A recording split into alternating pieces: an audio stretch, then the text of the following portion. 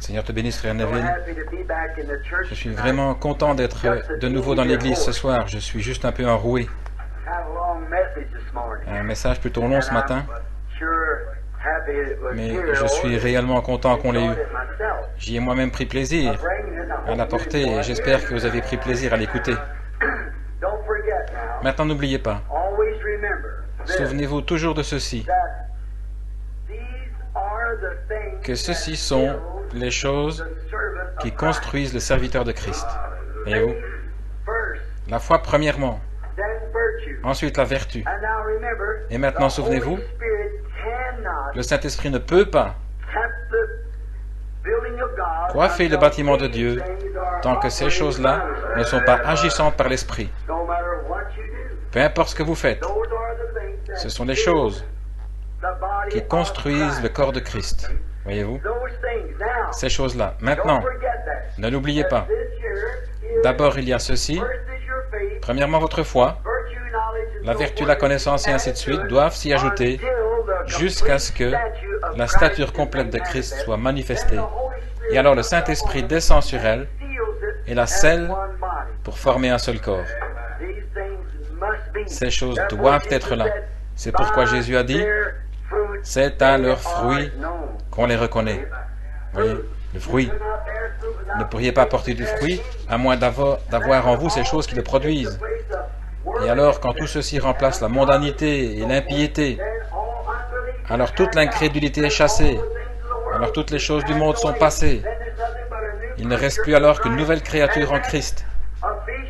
Et alors Éphésiens 4:30 dit, n'attristez pas le Saint-Esprit de Dieu, par lequel vous avez été scellés pour le jour de votre rédemption, scellés dans le royaume de Dieu. Maintenant, n'oubliez pas cela. Retenez bien cela maintenant. Il faut premièrement ces choses-là. Ensuite, le scellement, c'est le Saint-Esprit qui la coiffe, qui nous scelle dans le corps. Nous avons une requête maintenant pour Sœur Little de Chicago. Son mari a eu un accident d'automobile et il est à l'article de la mort. Sœur Little et Edith Wright, notre petite sœur ici, que nous connaissons depuis si longtemps. Elle est très très malade à la maison ce soir. Et il voulait que ce soit annoncé à l'église pour que nous puissions tous prier ensemble pour cette requête. Maintenant, courbons la tête un petit instant. Notre précieux Père Céleste, nous nous rassemblons par la foi autour du trône de Dieu et nous demandons la miséricorde divine pour ces requêtes. Frère Little, un accident de voiture. Il est près de la mort. Oh Dieu, aide-le. Puisse le Saint-Esprit être à son chevet et nous le ramener, Seigneur. Et la petite Edith Wright là-bas. Je prie, ô Dieu, que le Saint-Esprit soit près de son lit ce soir et qu'il la rétablisse. Accorde le Père. Tu as promis ces choses et nous les croyons. Et comme nous méditions là-dessus ce matin, que la distance ne compte pas pour toi. Tu es tout aussi grand dans une partie du monde que tu l'es dans l'autre, parce que tu es omniprésent, omnipotent et infini. Ainsi nous te prions, Père, d'accorder ces requêtes. Par le nom de Jésus-Christ. Amen.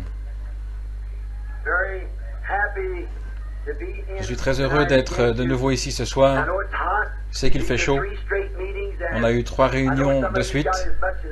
Et je sais qu'il y en a parmi vous qui ont jusqu'à 500 miles de route à faire en voiture d'ici à demain matin et après-demain. J'en aurai moi-même 1400 à faire en voiture. J'espère que vous avez tous passé des moments merveilleux. Moi, j'ai passé des moments merveilleux à fraterniser avec vous. Il n'y a qu'une chose que nous avons demandé. On est obligé de refuser tellement de gens à cause du manque de place. Nous ne pouvons pas trop encombrer les allées. Le service des pompiers n'accepterait pas cela.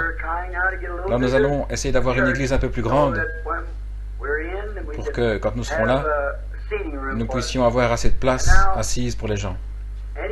Et maintenant, n'importe quand, Vous êtes toujours les bienvenus ici au tabernacle. Nous n'avons aucun credo que Christ, aucune loi que l'amour, aucun autre livre que la Bible.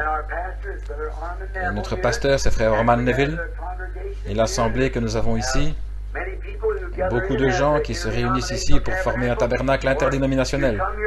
Vous venez adorer Dieu ici, selon ce que dicte votre propre conscience. Nous sommes toujours contents de vous avoir avec nous. Alors venez quand vous pouvez. Nous sommes toujours contents de vous accueillir. Et maintenant, pour autant que je sache, la prochaine fois que je serai avec vous, ce sera après que l'Église sera terminée.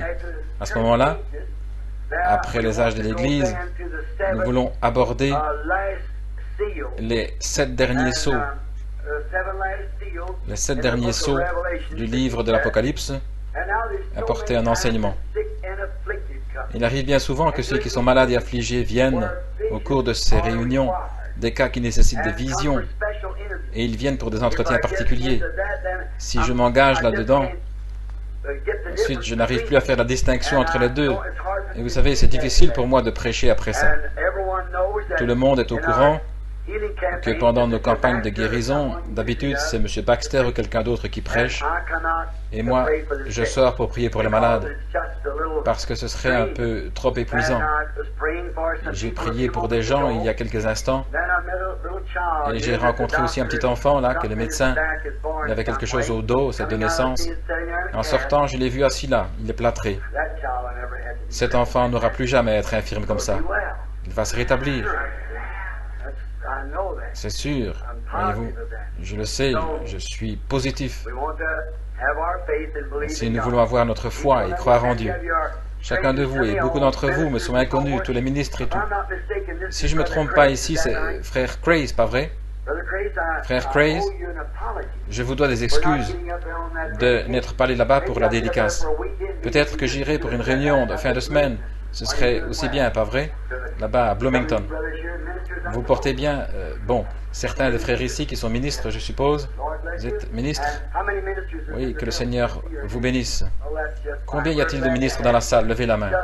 Eh bien, c'est formidable. Nous sommes contents de vous avoir ici avec nous, vraiment très heureux. Que Dieu vous bénisse. Pour que nous puissions sortir très tôt, certains vont partir pour la Géorgie, le Tennessee, New York, partout ce soir, ils repartent ce soir. Maintenant, conduisez prudemment sur la route. Si vous avez du sommeil, vous ne voulez pas vous arrêter dans un motel, rangez-vous au bord de la route et dormez jusqu'à ce que, voyez-vous, ne conduisez pas quand vous avez sommeil, c'est pas bien. Souvenez-vous, ce n'est pas vous, mais c'est l'autre type qu'il faut surveiller, voyez. Vous savez où vous allez, et lui, vous ne savez pas où il va. Alors, il faut surveiller ce gars-là. Alors, assurez-vous d'être vigilant tout le temps pour surveiller cela. Maintenant, j'aimerais lire ce soir un passage de l'Écriture qui se trouve dans l'Évangile de Jean.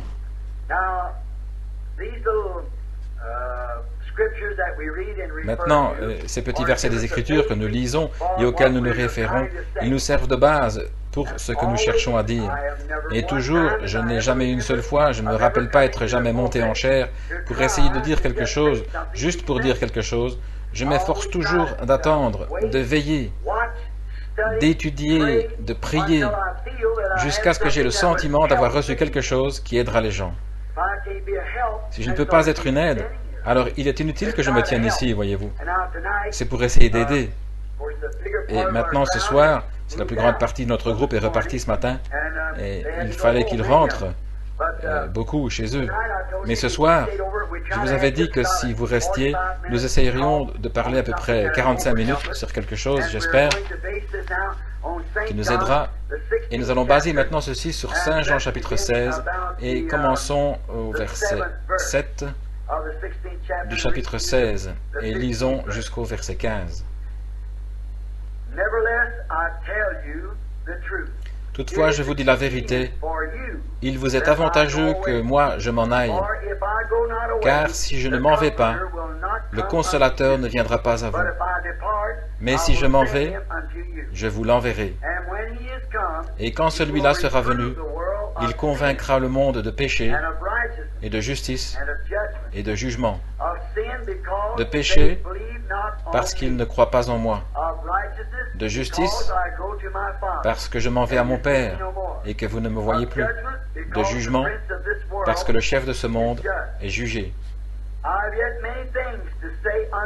J'ai encore beaucoup de choses à vous dire, mais vous ne pouvez pas les supporter maintenant.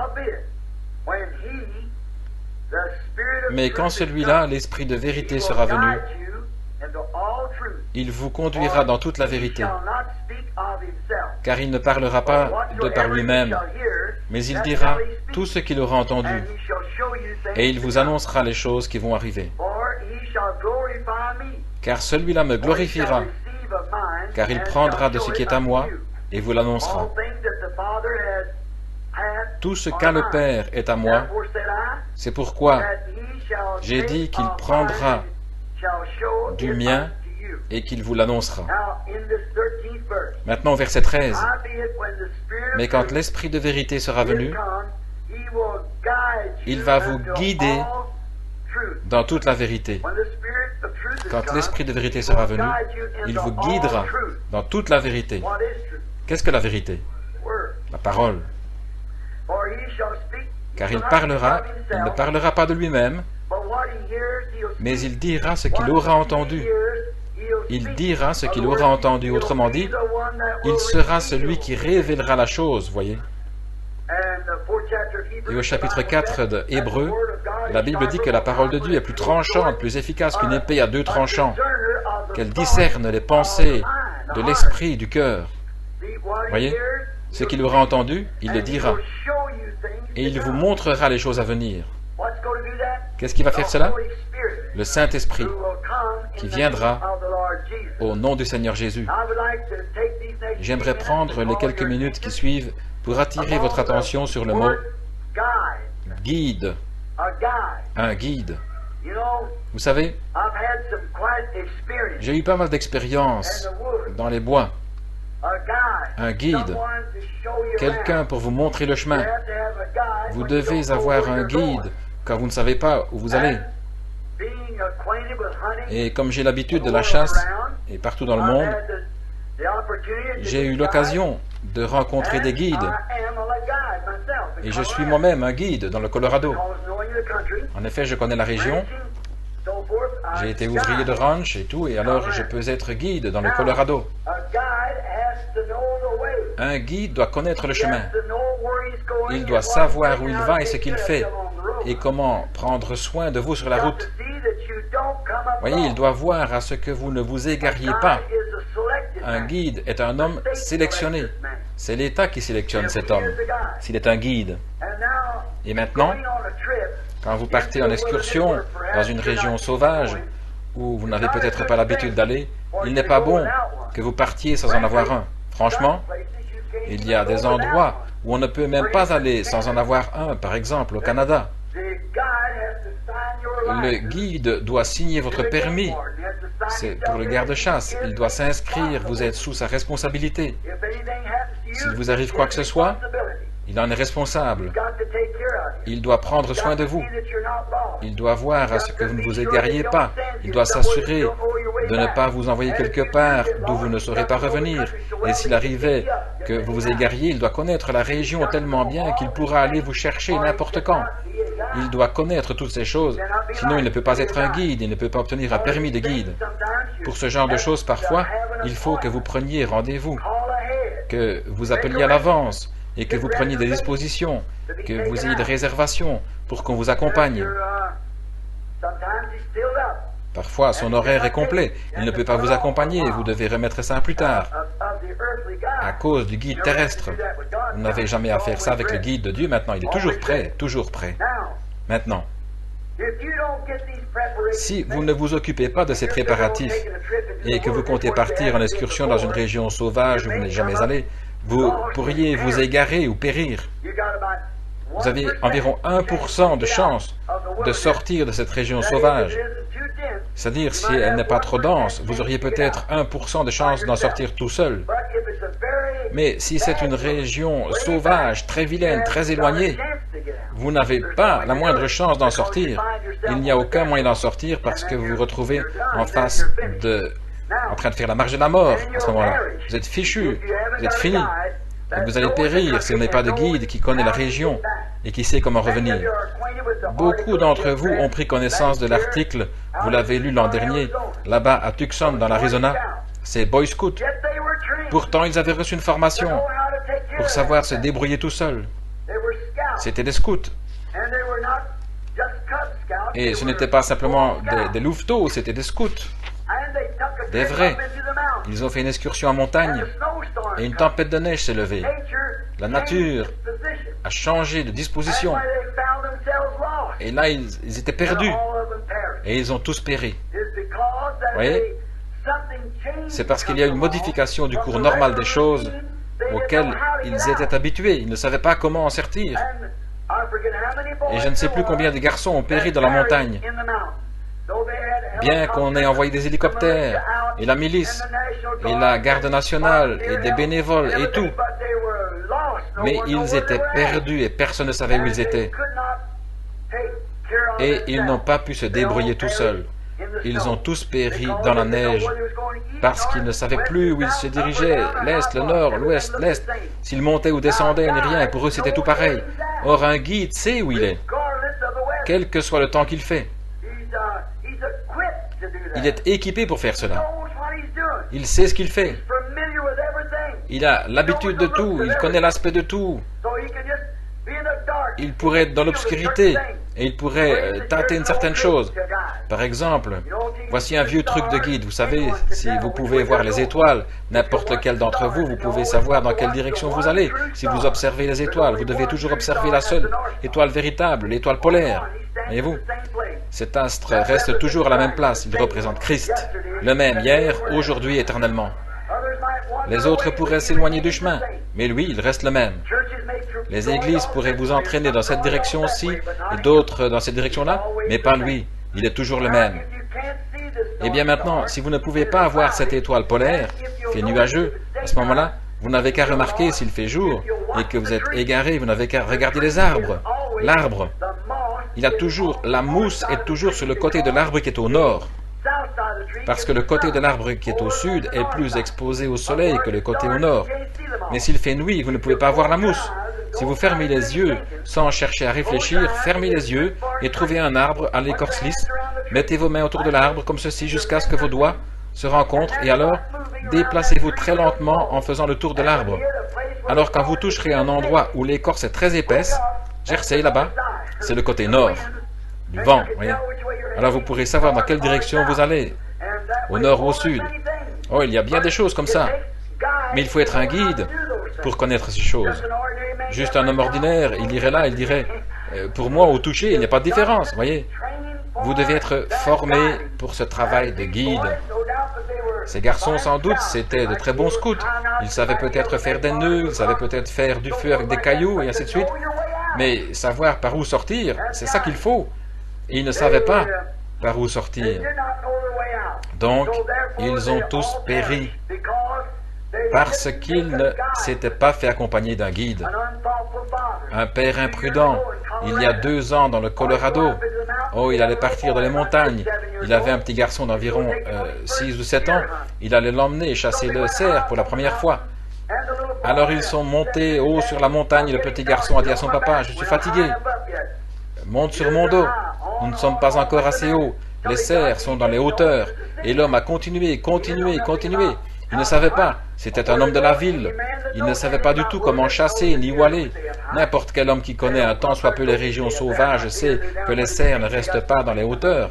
Ils ne vont pas là-haut. Ce sont les chèvres qui restent là-haut, pas les cerfs.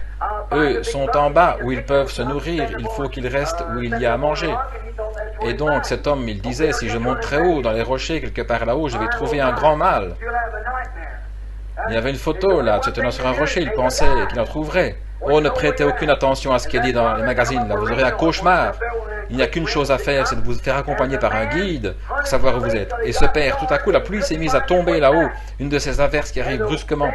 Et cet homme est resté à chasser trop tard jusqu'à ce qu'il fasse nuit. Et il n'arrivait plus à trouver son chemin. Et ensuite, le vent s'est levé au sommet des montagnes. Il faut savoir rester en vie si vous vous retrouvez coincé là-bas. Et autre chose, savoir rester en vie. J'ai grimpé à des arbres et glissé jusqu'en bas, grimpé à des arbres, glissé jusqu'en bas. Voyez-vous, j'ai pris de la neige jusqu'à ce qu'il y en avait 4 pieds de haut de chaque côté. et je cassais une souche et je me couchais par terre. J'étais tellement affamé que c'était presque insupportable. Je cassais ces vieilles souches, je les allumais et la chaleur faisait fondre la neige. Ensuite, vers 1h ou 2h du matin, j'écartais les souches et je m'étendais sur le sol pour rester en vie. Vous devez savoir faire ces choses. Et cet homme-là, il ne savait pas ce qu'il faisait. Il n'avait personne avec lui pour le diriger. Et il a tenu son propre petit garçon contre sa poitrine jusqu'à ce qu'il le sente se refroidir et mourir. Imprudent. Si seulement il s'était fait accompagner par un guide, celui-ci l'aurait tout de suite ramené de la montagne. Quelle qu'était l'heure, voyez-vous. Mais il a attendu qu'il fasse nuit. À ce moment-là, il ne pouvait pas voir où il allait. Et c'est le problème avec les chrétiens aujourd'hui. Ils attendent que l'obscurité s'installe. Et là, on se rend compte qu'on est parti sans le guide. Le guide. Eh bien, avez-vous déjà vu un homme qui s'était égaré? Est-ce que quelqu'un ici a déjà eu l'expérience de ramener un homme égaré? Il n'y a rien qui fasse plus pitié à voir. Quand un homme s'égare, il devient comme fou. Il ne sait plus ce qu'il fait. Nous avons retrouvé un homme là-bas, un jeune homme. Il s'était égaré dans les bois. Il pensait que c'était un ouvrier de ranch. Et il n'était pas dans son territoire. Il s'est égaré, il a perdu son chemin.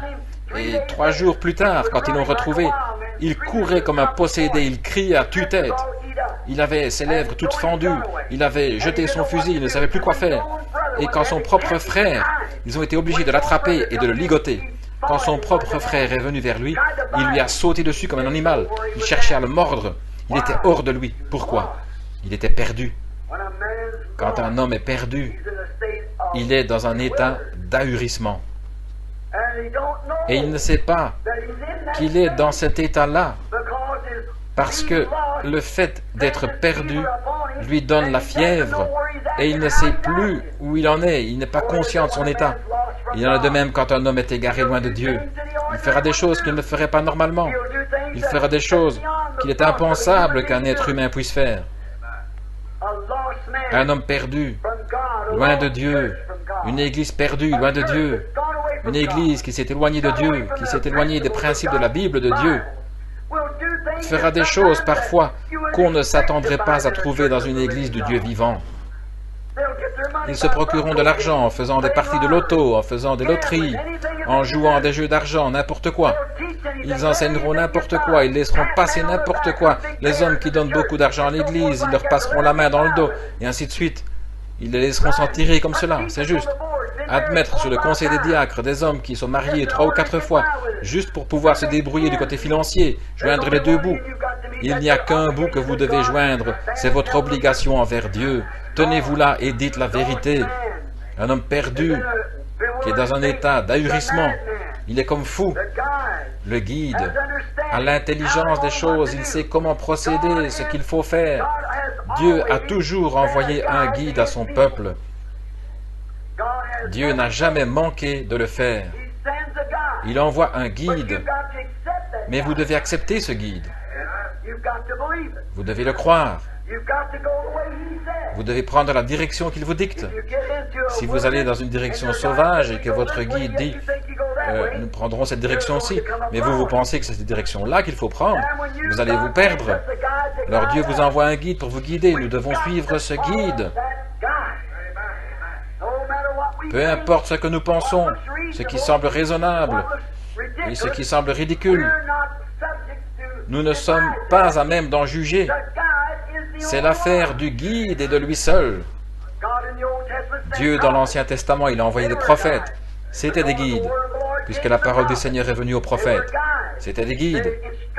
Ils donnaient des directives aux gens, comme nous le disions hier soir, en parlant d'Ésaïe et d'Osias.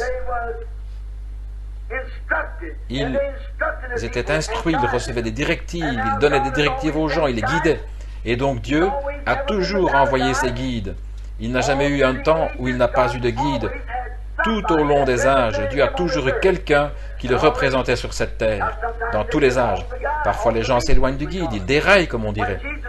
Quand Jésus était ici sur la terre, vous vous en souvenez, n'était-ce pas Jésus qui a dit aux pharisiens, « Vous, guides aveugles, des guides aveugles, aveugles aux choses spirituelles. » Or, ils étaient censés être des guides pour les gens, guidant les gens vers le salut. Mais Jésus a dit, « Vous êtes aveugles. » Et il a dit, « Laissez-les. » Car si un aveugle conduit un aveugle, ne tomberont-ils pas tous les deux dans la fosse? Des guides aveugles. Oh, combien le monde a été contaminé par cela. La conduite d'aveugle. Il ne veut pas que vous vous reposiez sur votre propre intelligence. Dieu ne veut pas que vous vous reposiez sur votre intelligence, ni sur vos idées, ni sur aucune idée d'homme. Dieu envoie un guide et Dieu veut que vous vous souveniez que c'est là le guide qu'il a désigné. Et nous devons nous souvenir de lui. Il est dit ici, Jésus a dit, « Je ne vous délaisserai pas, mais je prierai le Père et il vous enverra un autre consolateur. Et ce consolateur, quand il viendra, il nous guidera dans toute la vérité. » Et la parole de Dieu est la vérité. Et la parole est Christ. Je suis le chemin, la vérité et la vie. Il est la parole. Au commencement était la parole, et la parole était avec Dieu, et la parole était Dieu. Et la parole fut faite chair, et elle a habité parmi nous. Alors si nous suivons le vrai, le véritable guide, le Saint-Esprit, il devait nous dire ce qu'il avait vu, ce qu'il avait entendu, et il devait nous montrer les choses à venir. Amen. Vous y voilà. Il vous montrera les choses à venir. Et alors que les églises aujourd'hui rejettent cela, comment pouvons-nous nous attendre à jamais aller au ciel? Alors que le Saint-Esprit nous a été envoyé comme guide, et nous acceptons un cardinal, un évêque, un surveillant général, ou quelqu'un comme ça pour nous guider, alors que le Saint-Esprit nous a été donné pour nous guider. Et le Saint-Esprit parle toujours de la parole. J'ai beaucoup de choses à vous dire, et vous ne pouvez pas les comprendre maintenant, mais quand il sera venu, il vous guidera vers elle. Voilà pourquoi il y a les sceaux. À la fin du 7e sceau, le mystère de Dieu s'accomplirait. Savoir qui est Dieu, ce qu'il est, comment il vit, sa nature, son être. À ce moment-là, vous devriez être tout là-haut. Voyez-vous, nous amener à la pleine stature de fils et de filles de Dieu. Une église qui a été lavée dans le sang de Christ, qui a été achetée sans argent, acquise par le sang de Jésus-Christ. Maintenant, nous y voilà, un guide. Et il est le guide auquel Dieu a pourvu. Nous traversons une région sauvage, nous sommes en route quelque part, et nous ne pouvons pas nous débrouiller sans ce guide, et que personne ne s'avise d'essayer d'y substituer à notre guide. Si vous le faites, celui-là vous sortira des rangs. Ce guide-ci, il connaît le chemin. Il connaît chaque pouce du chemin. Il connaît chaque pensée qu'il y a dans votre cœur. Il connaît tout le monde ici. Il sait qui vous êtes, ce que vous avez fait, tout à votre sujet.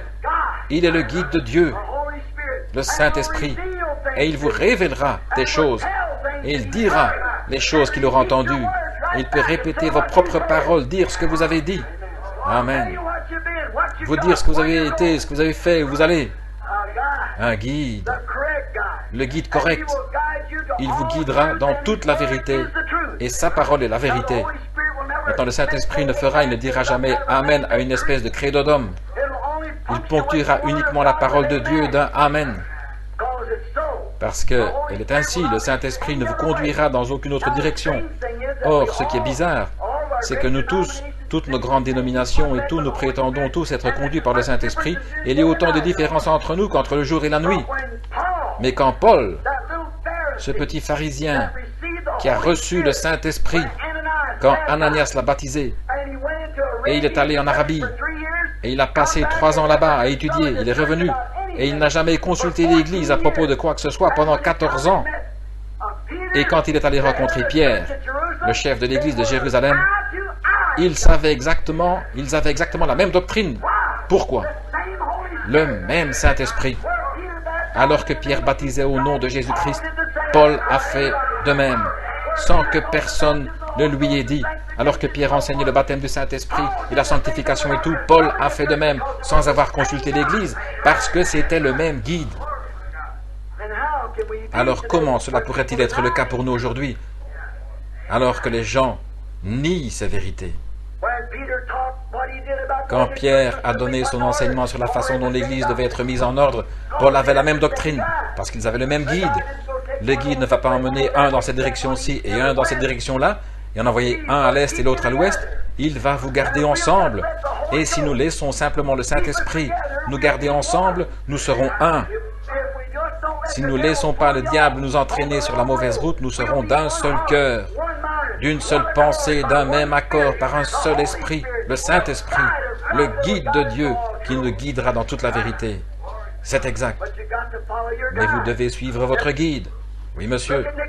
Regardez Nicodème. Il avait besoin d'un guide. Pourtant, c'était un homme intelligent. C'était un docteur d'environ 80 ans. Il faisait partie des pharisiens ou des tribunaux du Sanhédrin, du conseil, de l'association pastorale. C'était un de leurs hommes les plus importants, un docteur d'Israël, un maître en la matière. Pensez-y, passé maître dans l'art de l'enseignement. Il connaissait les lois. Mais quand il s'agissait de naître de nouveau, il avait besoin d'un guide. Il avait faim de cela. Il savait qu'il devait forcément y avoir quelque chose. Ce qu'il a exprimé à Christ cette nuit-là l'a démontré. Ce qui a été démontré aussi, c'est que les autres en pensaient, mais aucun d'eux n'a eu le cran que lui, il a eu. Aucun d'eux n'aurait pu aller là et faire ce que lui, il a fait. Vous savez, les gens condamnent Nicodème parce qu'il est venu de nuit. Il est arrivé là. Il est arrivé. Je connais des gens qui ne veulent même pas prendre le départ, le jour comme la nuit. Mais lui, il y est arrivé. Et il avait besoin d'un guide. Il a dit, Maître, nous, du tribunal du Sanhédrin, nous savons que tu es un docteur envoyé de Dieu. Comment le savait-il? Il était confirmé. Voyez-vous, il voulait savoir ce qu'il en était de la nouvelle naissance. Il est allé directement à celui qu'il fallait, parce que Dieu avait confirmé que celui-ci était son guide. Jésus, regardez ce qu'il a dit. Maître, nous savons que tu es un docteur venu de Dieu, parce que personne ne peut faire les choses que tu fais si Dieu n'est avec lui. C'était là une confirmation, comme quoi il y avait en lui un Dieu vivant. Il en avait témoigné. Ce n'est pas moi qui fais les œuvres, c'est mon Père qui demeure en moi. En vérité, je vous le dis, le Fils ne peut rien faire de lui-même, mais ce qu'il voit faire au Père, le Fils aussi le fait pareillement. Le Père agit, et moi aussi j'agis jusqu'à maintenant. Autrement dit, Dieu lui montrait quoi faire, et il allait tout simplement reproduire les gestes. Il ne faisait rien tant que Dieu ne lui avait dit de le faire. Amen. Ce sont vraiment les faits tels quels. Si seulement nous agissions, attendions que le Saint-Esprit nous pousse à agir. C'est ça. Et puis, que nous soyons tellement absorbés en Christ qu'il n'est pas à vous pousser pour vous faire bouger comme il doit le faire pour moi, mais qu'au premier signe de tête, vous soyez prêts et que rien ne vous arrête, parce que vous savez que c'est la volonté de Dieu. Il avait besoin d'un guide. Et celui-ci était un guide confirmé. Il pouvait être conduit par ce guide parce qu'il savait que ce guide était inspiré par Dieu. Il savait que ces traditions auxquelles il avait été assujetti, peut-être par les pharisiens, les sadducéens, quoi encore, il avait été assujetti à ces credos depuis toujours, et il n'avait rien vu se produire. Mais voilà un homme qui arrive, il déclare être un Messie promis par la Bible, et le voilà qui fait les œuvres même de Dieu. Jésus a dit, si je ne fais pas les œuvres de mon Père, alors ne me croyez pas. Mais si vous ne pouvez pas me croire, croyez aux œuvres que je fais, car elles rendent témoignage de moi. Alors ce n'est pas étonnant que Nicodème ait pu dire, « Maître, nous savons que tu es un docteur venu de Dieu, car personne ne peut faire les choses que tu fais si Dieu n'est avec lui. » Voyez-vous, il avait besoin d'un guide, bien qu'il était un maître en la matière. Il était un maître de son Église. Il était revêtu d'une dignité, et il occupait des positions importantes. C'était un grand homme. Sans doute qu'il était respecté de tous, d'un bout à l'autre du pays. Mais pour naître de nouveau, il avait besoin d'un guide. Nous aussi. Nous en avons besoin, oui, nous avions besoin d'un guide. Corneille, c'était un grand homme, un homme respectable. Il bâtissait des églises, il respectait les Juifs parce qu'il savait que leur religion était la bonne. Et il faisait l'aumône, et il priait tous les jours. Mais quand le Saint-Esprit est venu, quelque chose avait été ajouté à l'Église. Il a eu besoin d'un guide. Dieu lui a envoyé le Saint-Esprit. Il l'a envoyé dans la personne de Pierre. Mais comme Pierre prononçait encore ces mots, le Saint-Esprit descendit sur eux. Dieu a utilisé le guide à travers Pierre.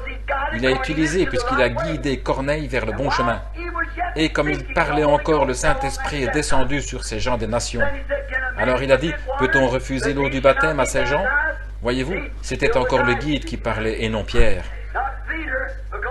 En effet, c'était un groupe de juifs ou de gens des nations impurs, souillés, selon lui. Alors il ne voulait même pas y aller, mais le guide a dit, je t'envoie.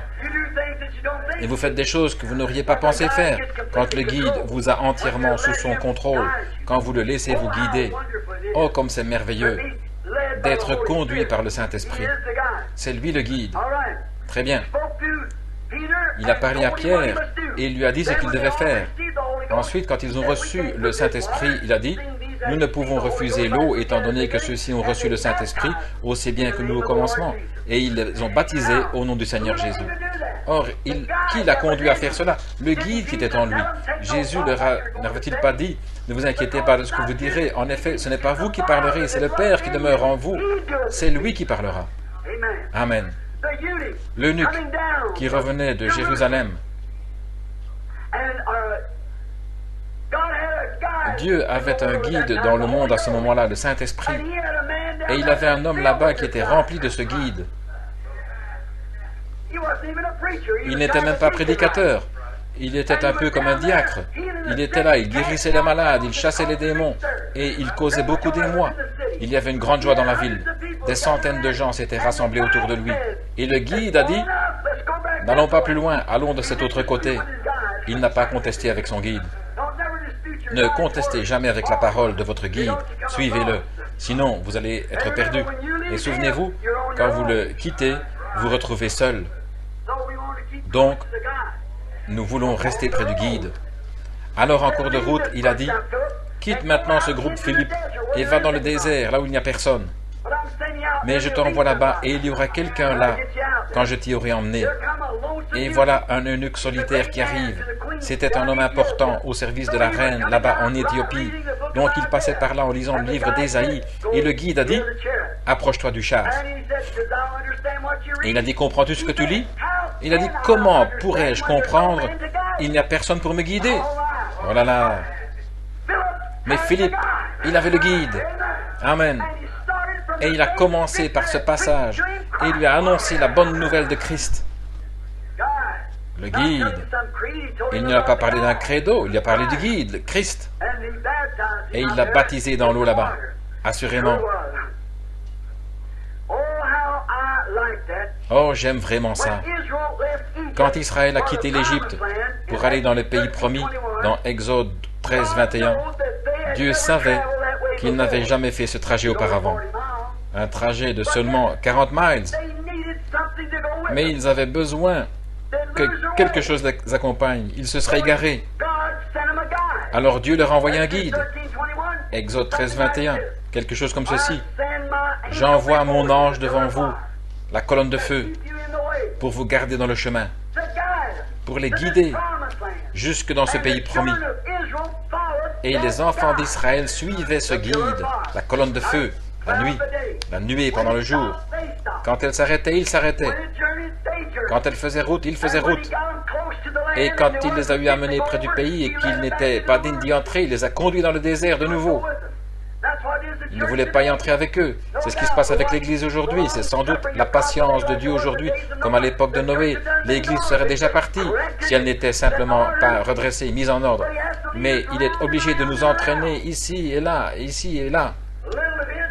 Israël était bien loin de s'en douter quand il poussait des cris en voyant les soldats morts de l'Égypte, les chevaux noyés, les chars de Pharaon renversés. Ils avaient remporté la victoire. Moïse était dans l'esprit, il chantait dans l'esprit, Myriam dansait dans l'esprit, et les filles d'Israël couraient long et en large sur la côte en poussant des cris, en dansant. Ils n'étaient qu'à une distance de quelques jours du lait et de miel. Ils étaient bien loin de se douter que parce qu'ils se sont mis à rouspéter contre Dieu et contre le guide, ils en auraient encore pour 40 ans. Et nous retrouvons dans le même état. En partant d'ici, je vais à Shreveport. Le Saint-Esprit est descendu il y a 50 ans, au jour d'Action de grâce, en Louisiane, au jour d'Action de grâce. Comme l'Église a perdu du terrain depuis ce temps-là. Vous vous rendez compte que l'Église catholique romaine, à ses débuts, c'était l'Église pentecôtiste? C'est la vérité. C'est juste. C'était l'Église pentecôtiste. Mais les dignitaires formalistes se sont introduits et ont changé les Écritures de Dieu en traditions qu'ils ont instituées. Ils y ont ajouté des dogmes et tout. Et regardez ce qu'ils ont maintenant. Pas la moindre trace de l'Écriture nulle part. Ils ont substitué une chose à une autre. Un morceau de pain au Saint-Esprit. Ils ont substitué l'aspersion à l'immersion. Ils ont substitué le Père, le Fils et le Saint-Esprit au Seigneur Jésus-Christ. Ils ont substitué tous ces grands oracles de Dieu qui nous avaient été prescrits. Ils sont loin, bien loin, très loin de la doctrine biblique. Et la Pentecôte est descendue en Louisiane il y a 50 ans. Et si ce mouvement demeure encore 200 ans, il sera plus éloigné que l'Église catholique. S'il continue à perdre du terrain comme il l'a fait au cours de ces 50 dernières années, parce qu'il continue à ajouter tout le temps, constamment, les prédicateurs à l'ancienne mode, c'est terminé. Les réunions dans la rue, on n'entend plus du tout parler. Tout ce qu'on retrouve, c'est comme Hollywood, toutes sortes de choses, des femmes aux cheveux coupés, courts, qui portent des shorts, maquillées, tout le reste, qui se disent chrétiennes. Une espèce de petit Ricky avec sa guitare qui court partout, et les femmes avec la robe tellement serrée, ça ressemble à une saucisse de Francfort épluchée, avec la peau par-dessus. Elle se trémousse sur l'estrade, elle court partout là sur l'estrade en dansant, avec des pendants aux oreilles, et une de ces nouvelles coupes de cheveux, style femme du président, et ensuite, appelez ça du christianisme. Ce qu'il nous faut, c'est une religion à l'ancienne mode, envoyée de Dieu, qui brûlera, qui exterminera en la brûlant toute cette mondanité de l'Église. Il nous faut revenir au Saint-Esprit, au feu, revenir à ce qui ôte toutes les impuretés en les brûlant, ce qui ramène la prédication à l'ancienne mode. Faire du ciel quelque chose de haut et l'en faire quelque chose de chaud, droit comme un canon de fusil. C'est ce genre de prédication-là qu'il nous faut.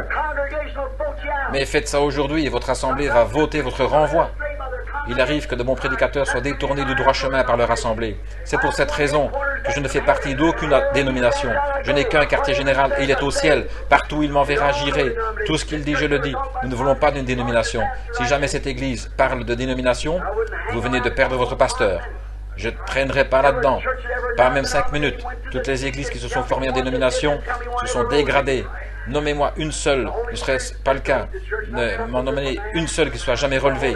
C'est le Saint-Esprit qui est envoyé pour conduire l'Église, et non pas un groupe d'hommes. Le Saint-Esprit est infiniment sage. Les hommes deviennent formalistes, indifférents. Dieu leur a dit qu'il leur enverrait un guide, les conduira sur le chemin. Tant qu'ils suivaient cette colonne de feu, tout allait bien. Il les a conduits jusqu'à la porte du pays promis. Il ne devait pas aller plus loin. Ensuite, Josué, le vaillant combattant.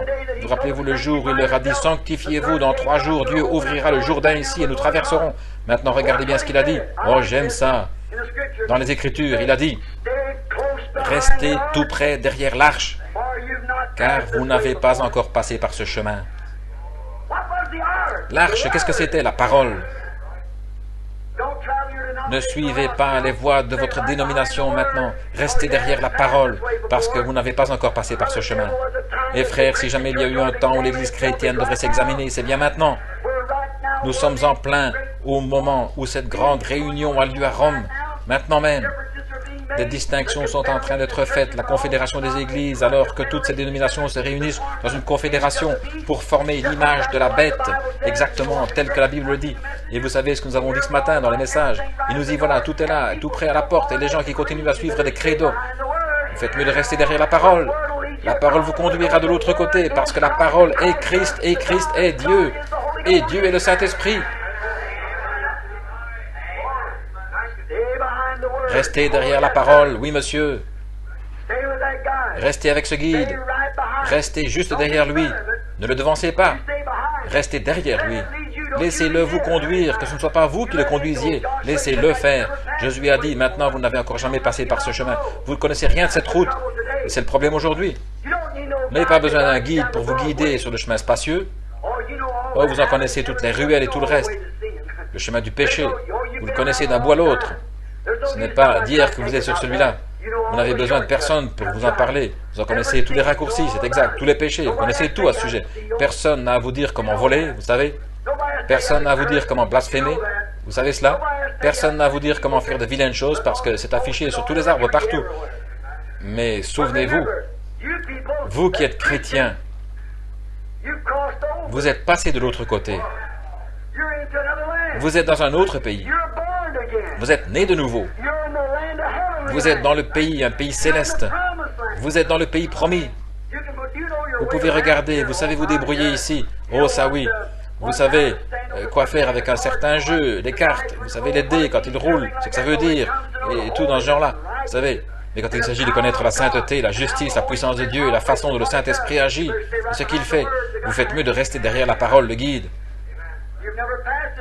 Vous n'avez encore jamais passé par ce chemin. Mais vous dites, j'ai été un homme assez intelligent et j'ai 2 diplômes universitaires. Vous feriez mieux d'oublier ça? Oui, monsieur. J'ai fait mes études au séminaire. Vous faites mieux d'oublier ça. Vous feriez mieux de rester derrière le guide. Laissez-le vous conduire. Il connaît le chemin, pas vous. Vous n'avez pas encore passé par ce chemin. Eh bien, vous dites, eux, oui. Voyons voir s'ils l'ont fait. Jésus a dit, ceux qui auront passé par ce chemin, voici les signes qui les accompagneront. En mon nom, ils chasseront les démons. Ils parleront de nouvelles langues. Saisiront des serpents, boivent des breuvages mortels, ça ne leur fera pas de mal. S'ils imposent les mains aux malades, ils seront guéris. La plupart d'entre eux refusent cela, ils le nient, ils déclarent que ce n'est même pas inspiré. Ils ne suivent pas le guide. Ils suivent un credo d'homme. Faites mieux de rester derrière la parole, parce que vous n'avez pas passé par ce chemin. Mais vous êtes né de nouveau. Vous avez part à la sainteté par cette naissance. Vous n'avez pas encore passé par ce chemin. Si vous passez par ce chemin, vous devez y passer dans la sainteté, parce que c'est un pays nouveau, une vie nouvelle, un peuple nouveau. Vous viendrez à l'église et vous entendrez quelqu'un se lever et crier à tue-tête, « Gloire à Dieu, Alléluia !» Mais vous direz, « Bonté, ça ne se faisait pas dans mon église, ça. Je vais me lever et sortir. » Voyez? Faites attention, restez derrière la parole maintenant. Laissez le guide vous conduire. Il vous guidera dans toute la vérité et vous révélera ces choses dont je vous ai parlé. Il vous les montrera. Il vous annoncera les choses à venir. Le guide véritable. Ne consultez pas l'évêque, consultez le guide. Ne consultez personne d'autre que le guide. C'est lui qui a été envoyé pour vous guider. C'est lui qui le fera. Dieu vous a pourvu d'un guide. Prenez le moyen pourvu par Dieu.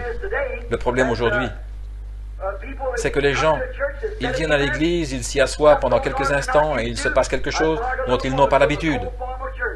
J'ai admiré une petite dame qui vient d'une église froide, formaliste. Je viens de prier pour elle. Dieu va guérir cette petite femme. Elle ne comprenait pas ceci, elle ne savait rien de toutes ces choses. Elle est venue et elle a dit, elle ne savait pas, mais je lui avais dit, venez me voir. Elle était un peu timide et craintive, mais le guide lui répétait sans arrêt, avance. Elle y est arrivée. C'est ça. Voyez-vous? C'est grâce au Saint-Esprit qui nous guide vers ces choses. Voyez-vous? Dieu a un moyen auquel il a pourvu. Est-ce que avez-vous déjà remarqué les oies sauvages qui passent au-dessus de nous, les canards qui s'en vont au sud? Eh bien, souvenez-vous, ce petit canard est né sur un étang quelque part là-haut. Il ne distingue pas l'Est, le Nord, l'Ouest, le Sud. Tout ce qu'il connaît, c'est cet étang qu'il avait là-haut dans les montagnes du Canada. Il n'a jamais quitté cet étang. Mais dès sa naissance, il était un chef. Ce petit canard mâle est né là pour être un chef. À un moment donné, une nuit, il y a une grosse chute de neige sur le sommet des montagnes. Qu'est-ce qui arrive? Cette brise froide, elle descend là. Je peux l'imaginer tout frissonnant. Il dit, « Maman, qu'est-ce que ça veut dire ?» Voyez-vous, il n'a jamais senti le froid. Il commence à remarquer autour, il commence à remarquer autour de l'étang, ça commence à geler. La glace se forme sur l'étang. Il ne sait pas, mais tout à coup, il est né pour être le guide de cette bande de canards. Il va s'élancer au milieu de l'étang au moment où cela le saisit.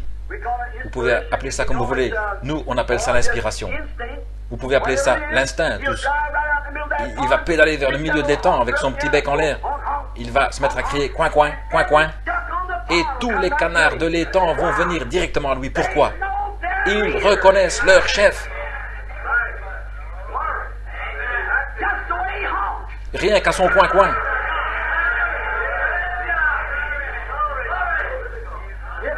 Si la trompette rend un son confus, qui pourra se préparer au combat? Exact. Qui peut se préparer au combat si la trompette rend un son confus?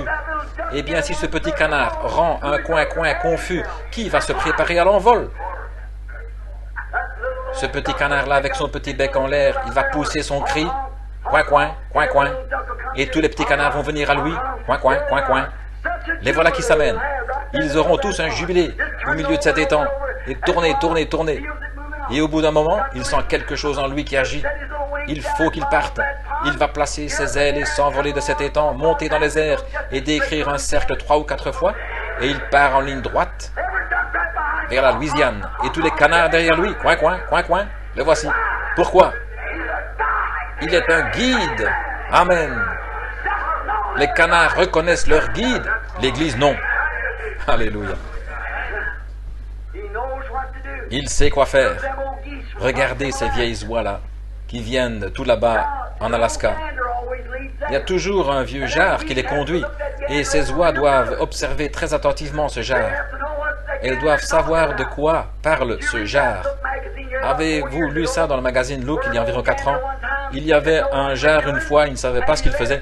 Et il a conduit une bande d'oies jusqu'en Angleterre. C'est exact. On n'en avait jamais vu en Angleterre auparavant. Pourquoi? Elles n'avaient pas remarqué leur chef. Ce jar ne savait pas où il allait. Et maintenant, elles sont là-bas et elles ne peuvent pas revenir. Et c'est ce qui se passe avec beaucoup de ces oies aujourd'hui.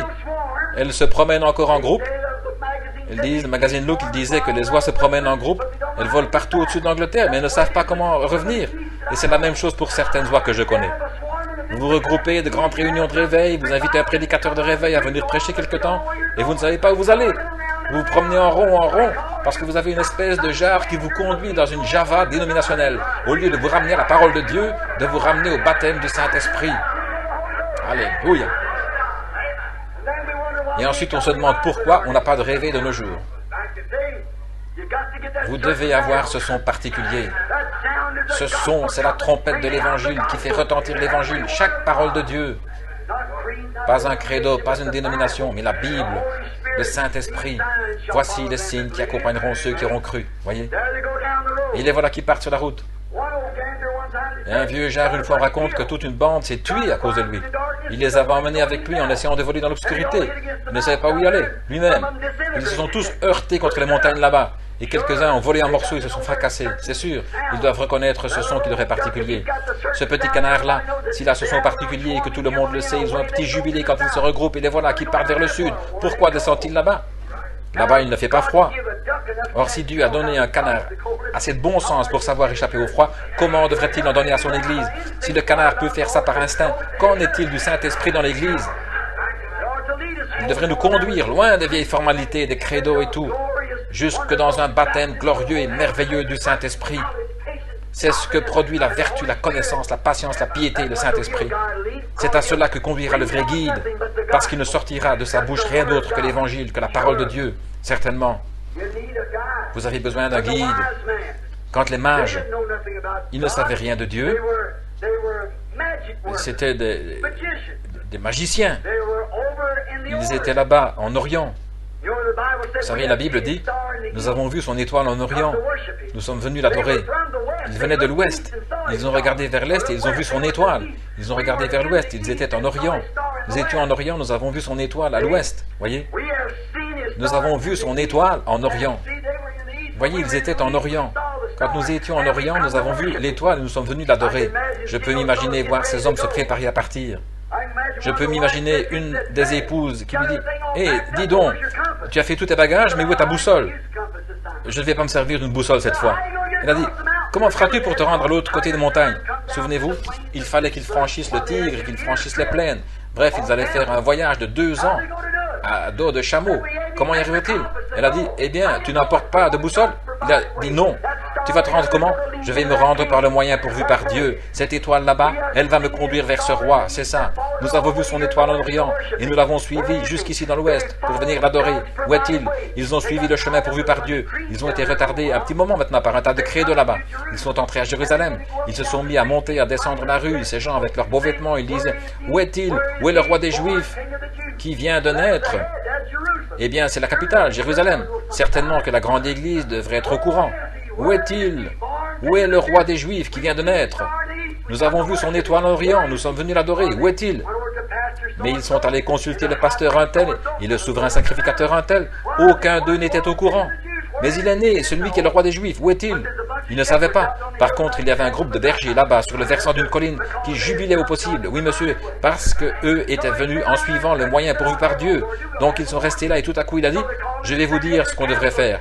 On devrait réunir le conseil Ils ont donc convoqué le conseil du Sanhédrin et ils se demandaient s'ils en avaient entendu parler. Non, nous n'en savions rien. C'est la même chose aujourd'hui. Ils ne savent rien de ce guide, de ce Saint-Esprit qui guérit, qui remplit, qui sauve, qui va revenir. Le guide qui nous a annoncé toutes ces choses qui sont arrivées et nous en sommes pleins dedans. Celui qui discerne les pensées du cœur, ils n'en savent rien. Ils appellent ça de la télépathie ou quelque chose. Ils ne savent pas de quoi ils parlent. Donc vous voyez, ces mages, souvenez-vous, quand ils sont entrés à Jérusalem, l'étoile est disparue. Et tant que vous en remettez au credo et aux hommes des dénominations pour qu'ils vous conduisent à Dieu, le secours de Dieu vous quittera. Mais qu'ils en ont été malades par-dessus la tête de tout ça qu'ils ont laissé de côté, qu'ils ont laissé de côté les credos et les dénominations de ces juifs, et qu'ils sont sortis de Jérusalem, alors l'étoile est réapparue et ils ont été saisis d'une très grande joie. Ils ont revu le guide. Oh, l'effet que ça fait de se retrouver dans une vieille église froide et formaliste et après de retourner dans une bonne église enflammée, de voir la conduite du guide. Ça fait toute une différence. Oui, nous avons vu son étoile en Orient et nous sommes venus pour l'adorer. Josué leur a dit, maintenant suivez l'arche, parce que vous n'avez encore jamais passé par ce chemin. Dieu ne permettra pas que cette arche aille ailleurs que dans le bon chemin. Tout le monde l'a suivi et voilà, elle a traversé le Jourdain. C'est la même chose aujourd'hui par le Saint-Esprit. Oui, monsieur, la seule façon pour nous de savoir qu'il s'agit du Saint-Esprit ou pas, nous voyons les manifestations qui confirment la parole de Dieu. Il n'y a pas longtemps, un groupe de frères avait du sang et de l'huile. Bon, c'est en ordre, si c'est comme ça qu'ils veulent. À mon avis, ce n'est pas une confirmation. Il faut une confirmation scripturaire, voyez-vous. Pourvu que cela confirme ce que Dieu a dit, c'est en ordre. Il disait, c'est pour ça que vous avez le Saint-Esprit, c'est parce que vous avez de l'huile dans les mains. Je ne peux pas accepter ça, oui. Non, je ne crois pas que l'huile ait quoi que ce soit à y voir. Et si ce sang-là va guérir et donner le salut, qu'est-il arrivé au sang de Jésus-Christ? Si cette huile-là guérit, qu'en est-il de ces meurtrissures? Voyez? J'aime quand c'est le guide qui vient, qui vous conduit à la vérité de la parole. À ce moment-là, vous savez que vous dirigez droit vers le but, que vous êtes prêt pour le compte à rebours, c'est exact. Vous préparez à vous envoler. Oui, monsieur.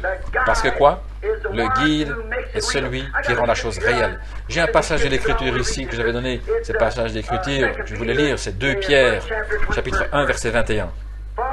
Car ce n'est pas par une volonté d'homme qu'une prophétie a jamais été apportée, mais c'est poussé par le Saint-Esprit que des hommes saints ont parlé de la part de Dieu.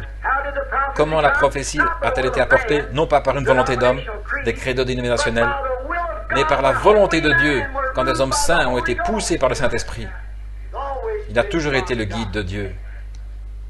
C'était le Saint-Esprit qui était dans cette colonne de feu, c'était le Saint-Esprit. Tout le monde sait que c'était Christ. Moïse a quitté l'Égypte. Il a regardé l'opprobre de Christ comme une richesse plus grande que les trésors de l'Égypte. C'était Christ. Et bien, quand ils étaient là à dire, eh bien, tu n'as pas plus de 50 ans et tu dis que tu as vu Abraham. Il a dit, avant qu'Abraham fût, je suis. Je suis est celui qui a rencontré Moïse dans la colonne de feu, dans un buisson ardent. Oui, monsieur. Dieu fait chair, pas une troisième personne, la même personne, dans une fonction différente. Pas 3 dieux, 3 fonctions d'un seul Dieu. Exactement. Bien. Donc, l'Écriture, toujours quand Dieu pourvoit, il pourvoit parce qu'il y a de mieux. Quand Dieu a pourvu d'un moyen de fortifier son Église, il y a pourvu parce qu'il y avait de mieux. Quand il a donné à Adam et Ève dans le Jardin d'Éden, ce qu'il leur a donné, c'est sa parole. Restez derrière cette parole. Et là, vous êtes en sûreté. Mais si vous en sortez le jour où vous en mangerez, vous en mourrez. Dieu n'a jamais changé sa stratégie. Et Satan n'a jamais changé la sienne. La façon dont il s'y est pris pour s'introduire dans Adam et Ève, c'est comme ça qu'il s'introduit dans les gens aujourd'hui. Comment ça? En cherchant à raisonner la chose. Allons, il est raisonnable de penser que Dieu ne ferait pas ça. Dieu a dit Satan, mais sûrement qu'un Dieu saint ne fera pas ça. Sûrement qu'il le fera, parce qu'il a dit qu'il le ferait. Et c'est ce que les gens disent aujourd'hui. Oh, attends un petit peu, tu ne crois pas vraiment que si je vais à l'église et que je paye ma dîme, que je fais ceci, cela, que Dieu me rejetterait? À moins de naître de nouveau, un homme ne peut même pas comprendre le royaume de Dieu. Voyez, il n'y a pas d'excuse. Eh bien, le pauvre vieux, la pauvre vieille, c'est une brave âme. La seule façon qu'il puisse jamais voir Dieu, c'est en naissant de nouveau. C'est tout.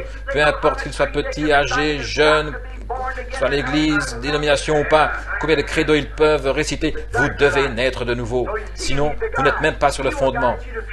Vous avez besoin d'un guide, il vous guidera vers la vérité. Et la vérité, la parole, il vous guidera. Ça a toujours été ainsi et Dieu n'a jamais changé, quoi que ce soit. Quoi qu'il est infini, il sait ce qu'il y a de mieux. Il est omniprésent, il est omniscient, il est tout. C'est exact. C'est ce que Dieu est.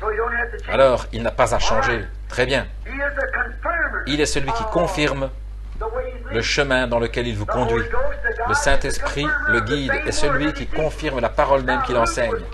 Luc a été conduit par le guide à dire « Allez par tout le monde, prêchez l'évangile à toute la création.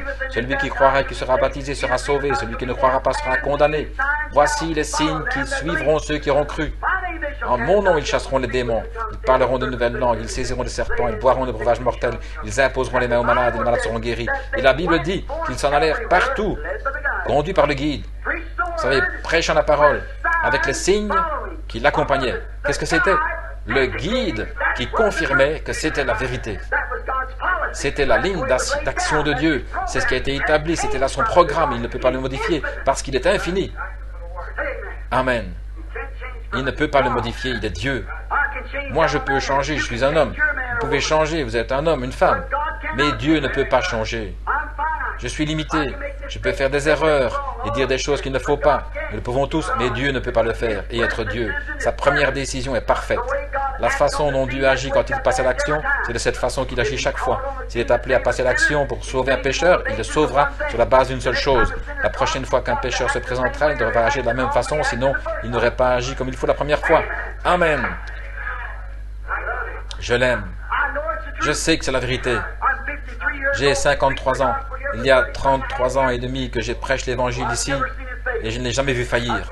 Je l'ai vu mis à l'épreuve tout autour du monde, 7 fois, au milieu de toutes sortes de religions et de tout le reste, devant un demi-million de personnes, même à un moment donné. Et jamais cela n'a failli. Je ne parle pas de ce que j'ai lu dans un livre, je parle de ce que j'ai expérimenté personnellement. Je sais que Dieu appuie sa parole et qu'il l'honore. Si c'est une espèce de credo, vous savez, il vaut mieux faire attention là. Mais le Saint-Esprit appuiera la parole de Dieu. Dans Saint Jean, au chapitre 1, au verset 1, il a dit, « Il est la parole. Il est le guide. Au commencement était la parole. La parole était avec Dieu, la parole était Dieu. Et la parole a été faite chair, elle a habité parmi nous. » Oh là là. Pierre a été conduit à dire, dans Acte 2:38, comment recevoir le Saint-Esprit. Il a dit, repentez-vous chacun de vous. Ensuite, soyez baptisés au nom de Jésus-Christ pour la rémission de vos péchés. Et ensuite, le guide s'occupera de vous pour le reste du chemin. Oui, c'est ça qu'il faut faire. D'abord, repentez-vous de vos péchés, de votre incrédulité, de n'avoir pas cru ces choses. Repentez-vous, ensuite, soyez baptisés. Et ensuite, le guide s'occupera de vous. À partir de là, voyez-vous, c'est votre devoir de vous repentir, c'est votre devoir d'être baptisé. Ensuite, c'est le devoir du guide de s'occuper de vous pour le reste du chemin, de vous conduire de la vertu à la connaissance, à la tempérance, à la patience, à la piété, à l'amour fraternel, et le Saint-Esprit vous scelle. Alors vous êtes à la pleine stature de Dieu, un vrai homme de Dieu, une vraie femme de Dieu, bien ancré en Christ, j'aime ça, bien ancré en Christ. Oui, Marc a été conduit par le Saint-Esprit à écrire Marc 16, bien sûr. Jean a été conduit quand elle a écrit l'Apocalypse. Il a été conduit par le guide. Il a aussi été conduit par le guide à dire « Quiconque en ajoutera une seule parole ou y retranche une seule parole, sa part sera retranchée du livre de vie. » Maintenant, comment allez-vous substituer quelque chose à la parole de Dieu tout en continuant à prétendre que vous êtes conduit par le Saint-Esprit? Ça ne tient pas debout, n'est-ce pas? Non. Il a été mon guide tout au long de ma vie. Il m'a guidé jusqu'à la vie. Il est celui qui m'a conduit à la vie. Il est ma vie. Sans lui, je n'ai pas de vie. Sans lui, je ne veux plus rien. Il est tout, mon tout en tout. À mes heures difficiles, il me soutient. Hier, il m'a béni. Aujourd'hui, il agit de la même façon. À quoi puis-je m'attendre? À la même chose pour toujours. Gloire à son nom. Alléluia. Oui, monsieur, il l'a promis. Il le fera. Il est ma vie. Il est mon guide. Le tout en tout. Je lui fais confiance. J'ai passé par de dures épreuves. Je lui fais confiance. Partout où je vais. Je voudrais que vous fassiez de même. Si vous allez faire votre lessive, vous les femmes, faites-lui confiance. Si vous allez en ville, faites-lui confiance. Une fois, j'en étais arrivé au point de penser que je m'y connais assez comme homme des bois. Vous savez, pour avoir tellement chassé, je pensais, je suis vraiment à toute épreuve.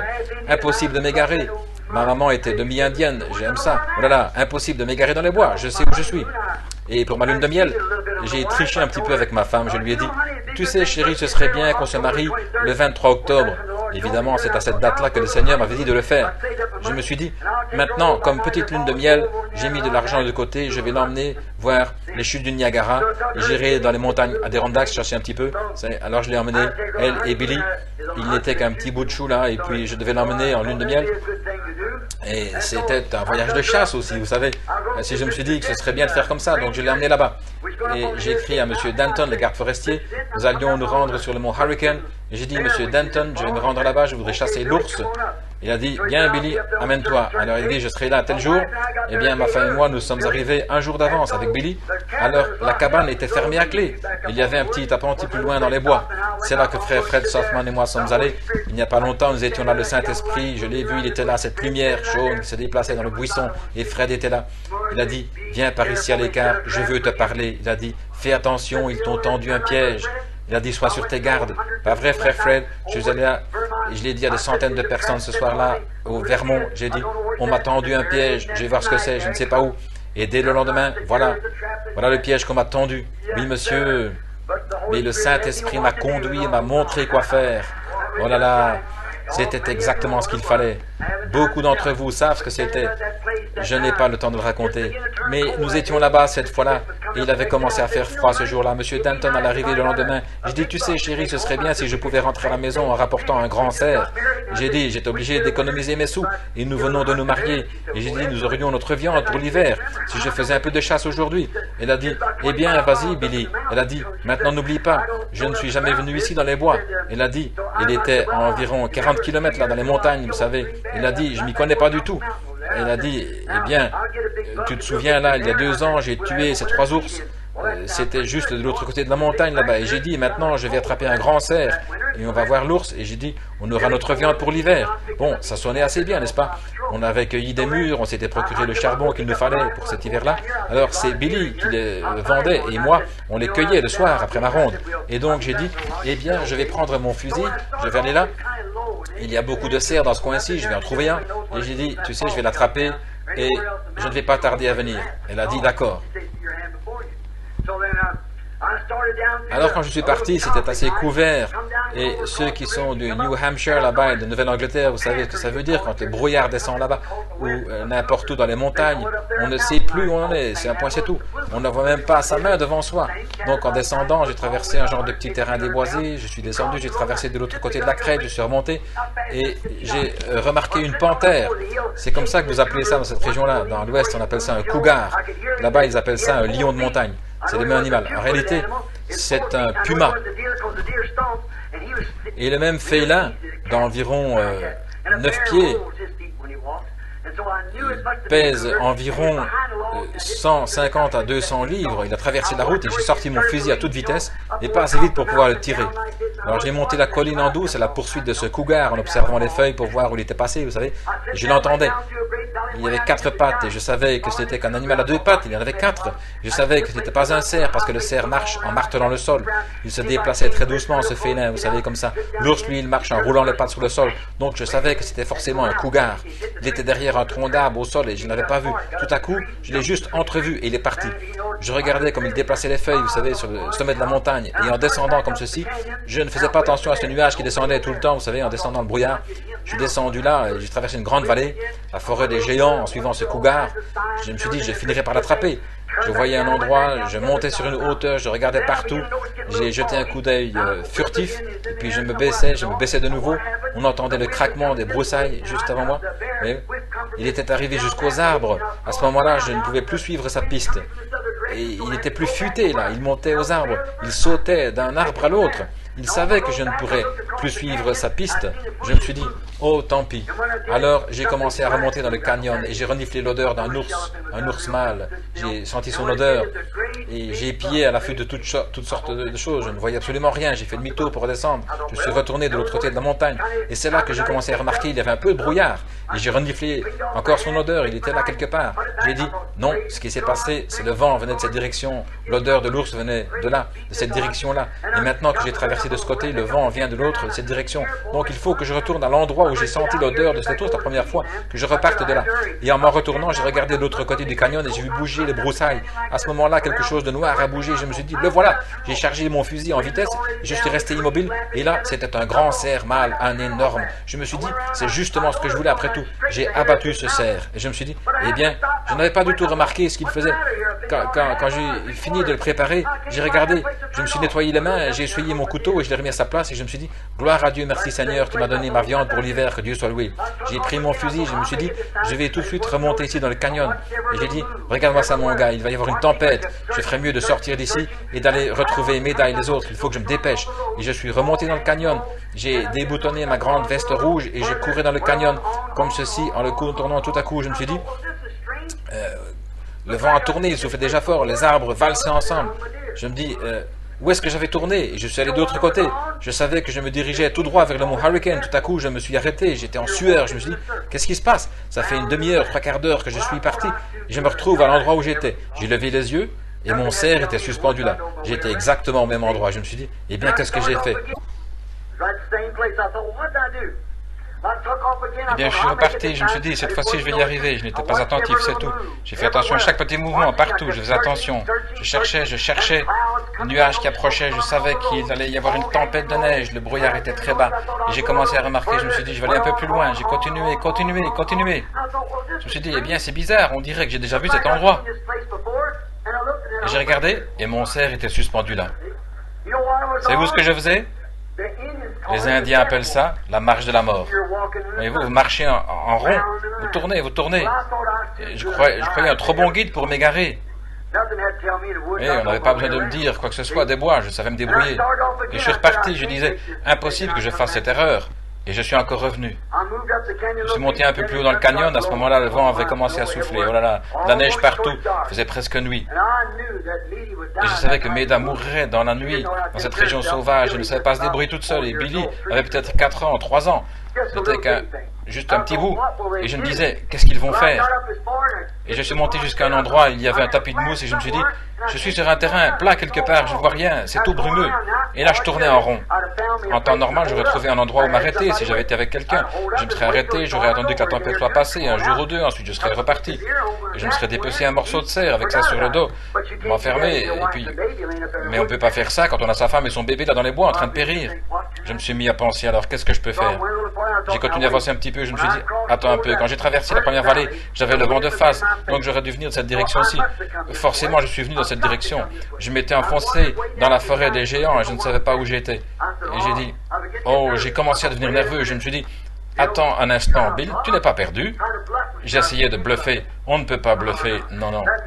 Cette conscience à l'intérieur vous dit que vous avez tort. Oh, vous essayez de dire, oh, je suis sauvé, je vais à l'église. Vous en faites pas, attendez un peu d'être sur votre lit de mort. Vous saurez que c'est différent. Votre conscience vous le dit. Quelque chose à l'intérieur de vous vous dit que vous avez tort. Vous savez que si vous mouriez, vous ne pourriez pas aller à la rencontre d'un Dieu saint, comme nous l'avons vu hier soir. Même les saints anges doivent se voiler le visage pour se tenir devant lui. Comment pourriez-vous vous tenir là sans avoir le sang de Jésus-Christ pour vous voiler? Je me disais, oh, je vais y arriver. Je suis reparti, je me suis rendu compte que j'entendais continuellement quelque chose. Là, je suis devenu nerveux. Je me disais, maintenant, si je fais ça, je vais perdre les pédales. Un homme qui est perdu, d'habitude, c'est ce qu'il fait. Il perd les pédales dans les bois. Ensuite, il va prendre son fusil et se tirer ou tomber dans un fossé, se casser une jambe. Il va rester là, il va mourir là. Alors je me suis dit, qu'est-ce que je vais faire? Alors je me suis remis à marcher. Et j'entendais continuellement quelque chose qui disait, je suis un secours qui ne manque jamais au moment de la détresse. Et j'ai continué à marcher. Je me disais, maintenant, je vois bien que je commence à être un peu maboule. Là, j'entends une voix qui me parle. Et je continue d'avancer. Et je sifflotais, vous savez, je me disais, allons, je ne suis pas perdu, tu sais où tu es mon gars, qu'est-ce que tu as? Tu ne peux pas te perdre. Tu es un très bon chasseur pour ça, tu ne peux pas te perdre. Vous savez, je me vantais, j'essayais de bluffer pour passer le temps. Oh là là, vous ne pouvez pas bluffer. Tout au fond, il y a une petite roue qui tourne. Mon gars, tu es perdu, et tu le sais, tu es perdu. Je continue à avancer. Oh, je ne suis pas perdu, tout ira bien, je vais retrouver mon chemin pour sortir. Les choses ont commencé à prendre un drôle d'aspect. Le vent tout près, la neige s'est mise à tomber, une petite neige en bouillie, grésil. Je pensais à ma femme et au bébé. Et je me dis, oh là là. Et tout à coup, j'ai encore entendu cela qui disait, je suis un secours qui ne manque jamais au temps de la détresse. J'étais un ministre de l'Évangile à l'époque, je prêchais ici même au tabernacle. Et je me suis dit, eh bien, qu'est-ce que je peux faire? Je me suis arrêté. J'ai regardé partout. Et là, le brouillard était déjà tombé. Ça y était. À ce moment-là, il n'y avait plus rien à faire. Je me suis dit, oh, qu'est-ce que je peux faire? Je me suis dit, monsieur, je ne suis pas digne de vivre. J'étais trop sûr de moi. Je pensais que j'étais un chasseur, mais je n'en suis pas un. Et frère, j'ai toujours fait confiance. Au tir, je détiens des records, ils sont accrochés là. Et comme pêcheur, je suis médiocre, mais je lui ai toujours fait confiance. Au tir, je suis médiocre comme tireur, mais il m'a permis d'établir des records mondiaux. Et tirer des cerfs à 7, 800 mètres, j'ai un fusil accroché là avec lequel j'ai tué 35 pièces de gibier sans manquer un seul coup. Lisez ça quelque part, c'est pas moi, mais je lui ai fait confiance. J'étais là, je me disais, qu'est-ce que je peux faire? Qu'est-ce que je peux faire? Ça se rapprochait de plus en plus. Je suis un secours qui ne manque jamais au temps de la détresse, un secours qui ne manque jamais. Je me suis dit, mais est-ce que c'est Dieu qui me parle? J'ai ôté mon chapeau. J'avais mon chapeau de garde-chasse avec le mouchoir rouge attaché autour. Je l'ai posé par terre. J'ai ôté ma veste, elle était humide. J'ai déposé ma veste par terre. J'ai adossé mon fusil contre un arbre et j'ai dit, Père Céleste, maintenant je commence à divaguer. J'entends une voix qui me parle. Est-ce toi? J'ai dit, Seigneur, je vais t'avouer que je ne suis pas un chasseur. Je n'en suis pas un. Je n'arrive pas même à me débrouiller. Il faut que tu m'aides. Je ne suis pas digne de vivre. Après avoir fait les choses que j'ai faites, de venir ici et de penser que je m'y connaissais trop pour jamais me perdre. J'ai besoin de toi, Seigneur. Mon épouse est une brave femme, mon bébé, mon petit garçon. Sa mère est décédée et elle essaye d'être une mère pour lui. Je viens de l'épouser, elle est là. Un enfant dans les bois, ils vont tous les deux mourir cette nuit. Avec ce vent, il va peut-être faire 10 degrés sous zéro. Nous ne saurons pas comment survivre, ils vont mourir cette nuit. Ne les laisse pas mourir, oh Dieu. Emmène-moi auprès d'eux pour que je puisse m'en occuper. Qu'ils ne meurent pas, je suis perdu, oh Dieu. Je n'arrive plus à retrouver mon chemin. Je t'en prie, veux-tu pas m'aider? Pardonne-moi ma conduite égocentrique. Je ne peux rien faire sans toi. Tu es mon guide. Aide-moi, Seigneur. Je me suis relevé, j'ai dit Amen. J'ai ramassé mon mouchoir, ma veste. Je l'ai ramassé, j'ai mis mon chapeau, j'ai pris mon fusil. Et j'ai dit maintenant, je vais m'orienter dans la direction qui, selon moi, est vraiment la meilleure à ma connaissance. Je vais avancer en ligne droite dans cette direction. Parce que je tourne en rond quelque part, je ne sais pas où. Mais j'irai dans la direction que tu m'indiqueras. Seigneur Dieu, mon guide. Et j'ai commencé à marcher dans cette direction-ci. J'ai dit, c'est ça, il faut que je me convainque que c'est ça. Je vais dans cette direction-ci, je vais en ligne droite dans cette direction. N'en dévierez pas, je vais dans cette direction-ci. Je sais que j'ai raison. Je vais dans cette direction-ci. Si j'étais allé dans cette direction-là, je partais pour le Canada. Juste à ce moment-là, j'ai senti quelque chose me toucher l'épaule. Une main. Il m'a semblé que c'était une main d'homme qui me touchait tellement vite que je me suis retourné pour regarder. Il n'y avait personne. Je me suis dit, qu'est-ce que c'était? La Bible est ici devant moi. Dieu, mon guide et mon juge est ici. J'ai simplement levé les yeux et au loin dans cette direction, le brouillard s'est écarté juste assez pour que je voie la tour au sommet du mont Hurricane. J'allais dans la direction complètement opposée en utilisant de mon mieux mes capacités de chasseur. J'allais dans l'autre direction et il commençait à être très tard le soir. Je me suis retourné en vitesse. En m'orientant comme ceci, j'ai pris mon chapeau et j'ai levé les mains et j'ai dit, guide-moi jusqu'au bout, ô Dieu. Tu es mon guide. Je me suis mis en route. Il m'a fallu gravir des escarpements et tout pour me rendre là-bas. Il se faisait de plus en plus tard. Ensuite, la nuit est tombée. Les cerfs bondissaient devant moi et tout. Je n'avais rien d'autre dans la tête que de rester dans cette direction en montant vers cette montagne. Je savais que je pouvais arriver jusqu'à la tour. Monsieur Denton et moi, je l'avais aidé à installer la ligne ce printemps-là. Nous avions le fil du téléphone à partir de mon Hurricane jusqu'en bas, sur une distance d'environ 5-6 km jusqu'au camp. Et c'était le long d'un petit sentier. Mais avec la neige, on ne pouvait pas distinguer le sentier. Et le vent qui soufflait et tout, il faisait noir. Et avec ce blizzard et tout ça qui se déroulait, on ne pouvait pas savoir où c'était. Eh bien, la seule chose à faire pour moi, après que la nuit était tombée, je savais que j'allais dans une direction et tout droit sur la montagne. En effet, je devais gravir la montagne et la tour était juste au sommet de la montagne. Et j'avais environ une dizaine de kilomètres à parcourir avant d'y arriver. Pensez un petit peu, ce brouillard qui s'est dissipé sur une distance de 10 kilomètres. Juste un trou pour que je puisse la voir. J'ai pris mon fusil dans cette main et je tenais l'autre en l'air parce que j'avais fixé le fil sur les arbres comme ça en descendant les fils du téléphone jusqu'à la cabane pour qu'il puisse parler avec sa femme et faire des appels de là-bas de la montagne. Et je devais l'aider à enlever tout ça. Et j'ai dit, oh Dieu, laisse-moi toucher cette ligne. Je marchais, mon bras me faisait tellement mal, la fatigue, j'avais de la peine à le tenir en l'air. J'étais obligé de le descendre, je changeais mon fusil de main, je le tenais avec celle-là et je reculais quelque part pour être bien sûr de ne pas l'avoir manqué. Ensuite, je levais la main et je me remettais à marcher. Il se faisait tard, il faisait nuit, le vent soufflait. Oh, j'attrapais une branche, je disais, c'est ça. Non, c'était pas ça. Ça me rendait. Oh, il ne faut pas que ça rende un son confus. Au bout d'un certain temps, au moment où j'étais presque sur le point d'abandonner, ma main a touché quelque chose. J'avais été retrouvé, moi qui étais perdu. J'ai tenu ce fil, j'ai laissé tomber mon fusil par terre, j'ai ôté mon chapeau. Je me tenais là et j'ai dit, « Oh Dieu, quel bien cela fait d'être retrouvé quand on était perdu. » Et j'ai dit, ce fil d'ici jusqu'au bout, je ne le lâcherai jamais. Je vais m'accrocher à ce fil. Il me guidera tout droit à l'endroit où se trouve tout ce que je chéris sur cette terre là-bas. Ma femme et mon bébé paniqués, ils ne savent pas où je suis. Ils ne savent pas faire du feu, ils ne savent pas quoi faire. Et le vent qui souffle, les branches qui craquent et qui tombent des arbres. Jamais je ne me serais risqué à lâcher le fil. J'ai tenu ce fil jusqu'à ce qu'il m'ait guidé vers tout ce que je chérissais sur cette terre. Ça a été une expérience horrible et une expérience glorieuse de retrouver mon chemin. Mais ce n'était pas la moitié de l'histoire. Un jour, j'étais perdu dans le péché.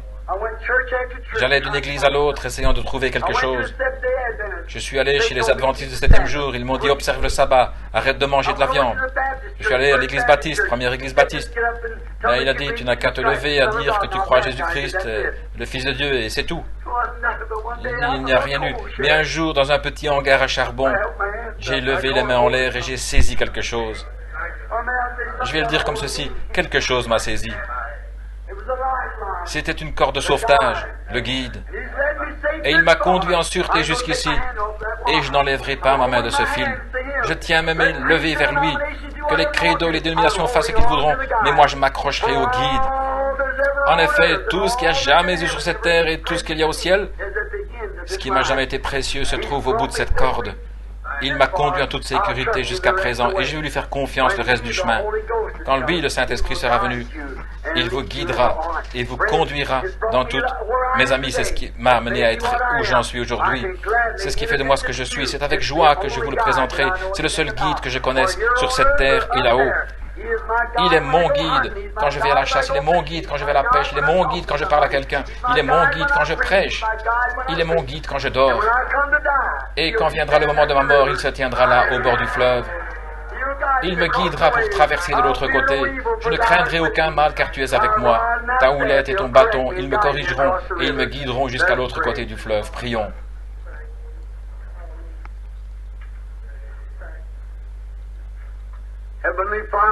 Père Céleste, je suis si reconnaissant pour le guide, celui qui me conduit. Oh, parfois, Père, je ne l'entends plus autour de moi et ça m'effraie.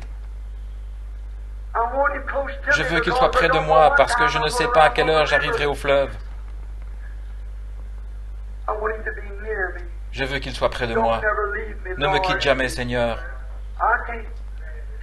Je ne peux pas parler, je ne peux pas prêcher, je ne peux pas chasser dans les bois, je ne peux pas pêcher sur la rive, je ne peux pas conduire ma voiture. Sans toi, il n'y a rien que je puisse faire. Tu es mon guide. Comme je suis heureux de dire à cette assemblée ce soir que c'est toi qui m'as guidé dans toutes ces choses, que c'est toi qui m'as amené là. L'autre jour, je pensais, il y a seulement quelques années, j'étais ici dans la rue, et parce que ma famille avait fait des choses qui n'étaient pas bien, personne ne voulait me parler. Je me sentais seul, j'avais soif de communion fraternelle. Personne ne voulait rien avoir à faire avec moi. Il disait, son papa est un contrebandier d'alcool. Si, Seigneur, je voyais que personne ne voulait me parler. Et moi, j'aime les gens. Mais un jour, quand j'ai saisi cette corde, maintenant de penser, Seigneur, il faut que je m'éclipse, que j'aille dans des régions sauvages pour me reposer un peu. Qu'est-ce qui a fait ça? Pas ma personnalité, pas mon instruction, je n'en ai pas. Mais c'était toi, Seigneur. Toi, Seigneur. Tu m'as permis de frapper la cible en plein centre. Tu m'as fait attraper le gros poisson parce que tu savais que c'était mon désir. Tu m'as donné des pères et des mères. Tu m'as donné des frères et des sœurs. Tu m'as donné la santé. Tu m'as donné une épouse. Tu m'as donné une famille. Tu es mon guide, Seigneur. Laisse-moi tenir ta main. Ne me laisse jamais la lâcher. Si une main est fatiguée, je changerai de main. Aide-moi, Seigneur. Et maintenant, puisse chaque personne ici saisir cette même corde de sauvetage, Seigneur. Le Saint-Esprit qui est notre vie, notre source de vie. Et puisse-t-il nous guider tous vers ce pays de bonheur là-bas, où les peines de cette vie seront terminées, et notre travail sur terre aura été achevé, Et à ce moment-là, il n'y aura plus de vieillesse, plus de gens faibles, plus de nuits pénibles, plus de larmes et de prières, plus d'appels à l'autel. Mais là-bas, nous serons jeunes pour toujours. La maladie et le chagrin n'existeront plus. Il n'y aura plus de péché. Nous vivrons dans la justice de Dieu pour tous les âges à venir, au long d'une éternité sans fin. Accorde le Père. Et maintenant, Père, s'il y a des gens ici ce soir et qui n'ont encore jamais saisi cette corde de sauvetage, puissent-ils la trouver tout de suite? Et puisse le Saint-Esprit qui m'a guidé, et je peux dire de tout mon cœur, avec ma main posée sur ta parole, il a toujours eu raison. Moi, j'ai souvent tort, mais lui, il a raison. Qu'il reste avec moi, Seigneur. Que je reste avec lui. Et que d'autres personnes ici qui ne le connaissent pas ce soir, qu'ils saisissent sa main immuable pour pouvoir être guidés. Et un jour, nous arriverons au fleuve. Il y aura du brouillard ce matin-là aussi. La mer mugira, le Jourdain, les vagues déferleront. La mort étouffera la vie qui est en nous. Mais, ô Dieu, je n'aurai pas peur. J'ai réglé ça il y a longtemps. Je veux simplement ôter le casque, comme un combattant, me retourner et regarder le long du sentier pour voir jusqu'où m'a guidé cette corde, voir toutes les régions sauvages que j'ai traversées, tous les endroits où poussaient des ronces, où étaient empilés des cailloux sur lesquels je me suis blessé, mais je tenais le fil. Comme tu l'as dit, le poète l'a dit, certains au travers des eaux, certains par les flots, certains par de dures épreuves, mais tous par le sang. Et je vais prendre ceci, l'épée ici, qui m'a protégé tout au long de la route, et la remettre dans son fourreau, et m'écrier, Père, envoie la barque ce matin, je rentre à la maison. Tu seras là, Seigneur. Tu l'as promis. Tu ne peux pas faillir. Bénis tous ceux qui sont ici en ce moment. Et s'ils ne savent pas comment tenir cette corde et n'y ont jamais touché, puissent des mains saintes se lever maintenant. Des mains qui le veulent, des mains qui le désirent, qu'elles touchent cette corde de sauvetage qui les conduira vers ce que leur cœur désire. Une paix, une satisfaction parfaite, le repos en Christ. Avec nos têtes inclinées, y aurait-il des mains qui voudraient se lever pour dire que ce soit moi, tiens ma main. Oh, que Dieu vous bénisse. Quand le chemin devient lugubre, précieux Seigneur, reste tout près. Quand la vie m'aura presque quitté, au fleuve je me tiendrai, guide mes pas, tiens ma main. Prends ma main, précieux Seigneur. Conduis-moi jusqu'au bout. Y aurait-il quelqu'un d'autre qui lèverait la main pour dire, Seigneur, je veux sentir d'une façon tangible la corde de sauvetage ce soir. Je veux sentir que Christ m'a pardonné mes péchés et je veux être une nouvelle créature à partir de cette heure. Que Dieu vous bénisse. Y aurait-il quelqu'un d'autre qui dirait, laisse-moi te toucher, Seigneur, laisse-moi me perdre. Que Dieu vous bénisse, sœur, laisse-moi me perdre et me retrouver, Seigneur, en toi. Que Dieu vous bénisse, c'est ça. Laisse-moi me perdre, Seigneur, laisse-moi oublier. Que Dieu vous bénisse, frère. Laisse-moi, que Dieu vous bénisse, sœur. Laisse-moi simplement perdre tout ce que j'ai comme connaissance. Que Dieu vous bénisse, sœur. Ne faites pas confiance aux échafaudages d'idées d'hommes. Suivez le guide, il vous guidera dans toute la vérité. Conduis-moi, Seigneur Jésus. Conduis-moi. Que Dieu vous bénisse là-bas. Oh, beaucoup de mains se sont levées, désireuses du salut. Maintenant, l'autel ici, on ne peut pas faire d'appel à l'autel parce qu'il y a des gens partout ici. Mais il est là, tout près. Quand vous avez levé la main, vous le savez très bien, il s'est passé quelque chose dans votre cœur. Jésus a dit, celui qui écoute mes paroles et qui croit celui qui m'a envoyé, a la vie éternelle. L'avez-vous fait sérieusement, vous le pensez? Alors il y a un baptistère ici qui est rempli d'eau. Il y aura amplement de temps pour faire des baptêmes. Prions. Notre Père Céleste, ce petit message entrecoupé ce soir, transmis avec une voix enrouée, le Saint-Esprit a dû se mouvoir quelque part. Il est allé où il devait aller.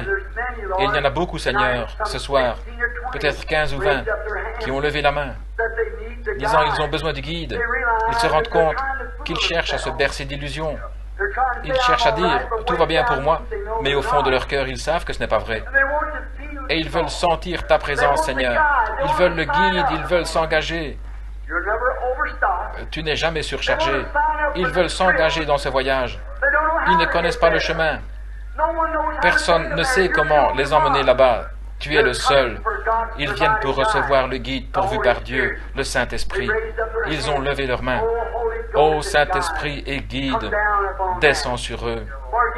Pardonne chaque péché. Pardonne leurs iniquités. Fais-les entrer dans le corps de Christ ce soir, où ils pourront ressentir le courant de Dieu qui passe dans cette ligne, qui les conduira jusqu'au Jourdain, de l'autre côté du Jourdain, jusqu'au pays promis. Puissent-ils suivre directement derrière la parole. La parole dit « Repentez-vous et ensuite soyez baptisés au nom de Jésus-Christ ».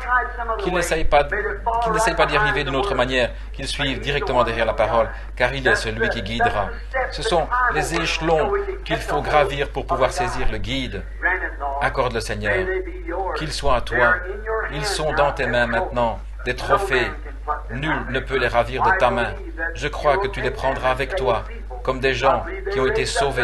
Je crois qu'ils ont levé la main. Ils n'auraient pas pu le faire d'eux-mêmes sans que quelque chose leur ait parlé. C'était toi, Saint-Esprit et guide. Ils voient que l'heure approche rapidement. Le brouillard descend sur la terre. De grands credos et tout sont en train de s'unir. Les églises sont en train de former une confédération. Elles se rassemblent. Et oh Dieu, combien ils essayent de déclarer tout ce qui sort de la norme devra partir d'ici et aller en Alaska. Et toutes ces menaces qu'ils profèrent, ce n'est rien de nouveau pour nous. Le grand guide nous a montré cela dans le sentier de la parole. Nous traversons tout simplement cette partie-là de la parole. Dieu notre Père, tu leur as parlé ce soir et je les remets entre tes mains comme les trophées de la parole au nom de Jésus. Maintenant, posés sur la chair ici, Père, il y a des mouchoirs pour des gens qui sont malades, peut-être un petit bébé, une mère, une sœur, un frère. Il y a même de petites épingles à cheveux piquées dedans. Et maintenant, je les prends contre moi. Il nous est enseigné dans la Bible que des linges et des mouchoirs qui avaient touché le corps de Paul étaient appliqués sur les malades. Et ils étaient guéris. Les esprits impurs sortaient des gens. Nous sommes conscients, Seigneur, que Paul était un homme. Il était seulement un homme. Mais c'est l'onction du Saint-Esprit sur lui qui bénissait les mouchoirs et de la foi que les gens avaient qu'il était ton apôtre. Maintenant, Paul nous a été enlevé, mais pas le guide. Il est toujours ici. Et oh Dieu, je te prie de bénir ces mouchoirs et que le guide dirige ces gens vers ce point de l'abandon complet. Il nous a également dit qu'Israël, quand ils suivaient leur guide, ils sont arrivés jusqu'au Jourdain, jusqu'à la mer Rouge. Et dans l'exercice même de leur fonction, ils ont été immobilisés. Et le guide les avait conduits là-bas. Qu'était-ce? Pour montrer sa gloire. Et quand il n'y avait plus aucun espoir, alors Dieu a abaissé les regards à travers cette colonne de feu. Et la mer morte a pris peur. Elle s'est retirée et un sentier s'est ouvert pour qu'Israël passe et se rende dans le pays promis. Assurément, Seigneur, tu es toujours le même Dieu. Ces gens sont peut-être des chrétiens. Ils sont peut-être sur le sentier du devoir. Mais ils se sont fait coincer. La maladie les a coincés. Abaisse les regards à travers le sang de Jésus ce soir. Le diable va prendre peur. Il va se retirer. Et tes enfants passeront de l'autre côté. La promesse d'une bonne santé. Accorde le Père. Je les envoie de mon corps vers le leur au nom de Jésus-Christ. J'élève cette assemblée devant toi. Par la foi, je les emmène directement au glorieux autel de Dieu, là-bas, au ciel. En effet, tout ce qu'ils désirent quant à leur maladie, tout ce qui ne va pas chez eux, tout ce qui ne va pas dans leur vie, quoi que ce soit, ô Dieu, purifie-les. Fais qu'ils t'appartiennent. Guéris-les, Père. Que la puissance qui a fait sortir Jésus de la tombe rende la vie à leur corps mortel et fasse d'eux de nouvelles créations en Christ. Donne-leur une bonne santé et de la force pour te servir. Souviens-toi de moi, ô Seigneur, je suis ton serviteur. Aide-moi en ce moment où j'ai besoin de prière. Et je prie que le Saint-Esprit nous guide, nous utilise et qu'il nous conduise jusqu'au jour où nous verrons Jésus-Christ face à face, à sa glorieuse venue, quand nous nous rencontrerons dans les airs à l'enlèvement. C'est au nom de Christ que nous le demandons. Amen.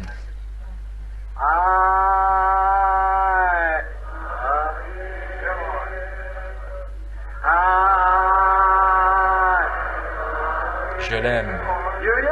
L'aimez-vous?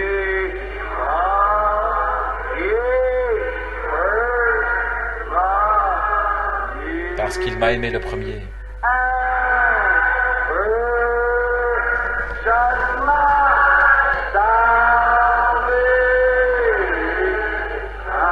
acquis mon salut.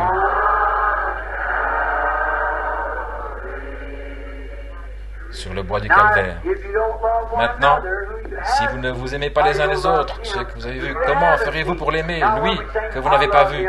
Maintenant, pendant que nous chantons « Je l'aime », donnons à la personne voisine de nous une chaleureuse poignée de main remplie d'amour.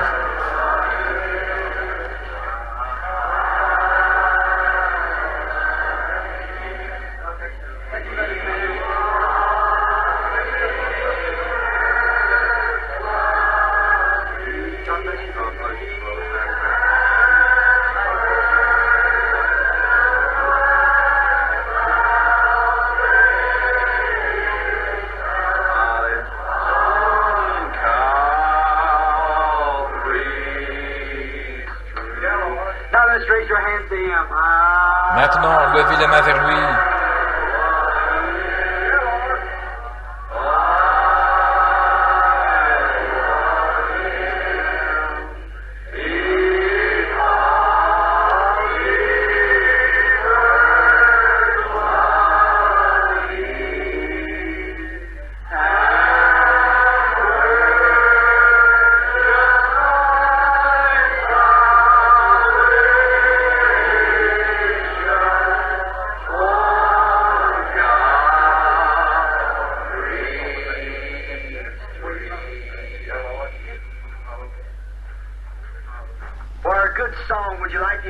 Un bon chant, est-ce que vous en aimeriez en entendre un? Si j'ai bien compris, nous avons avec nous un conducteur de chant qui est évangéliste, qui vient d'Indianapolis, je crois, du Tabernacle Cadle.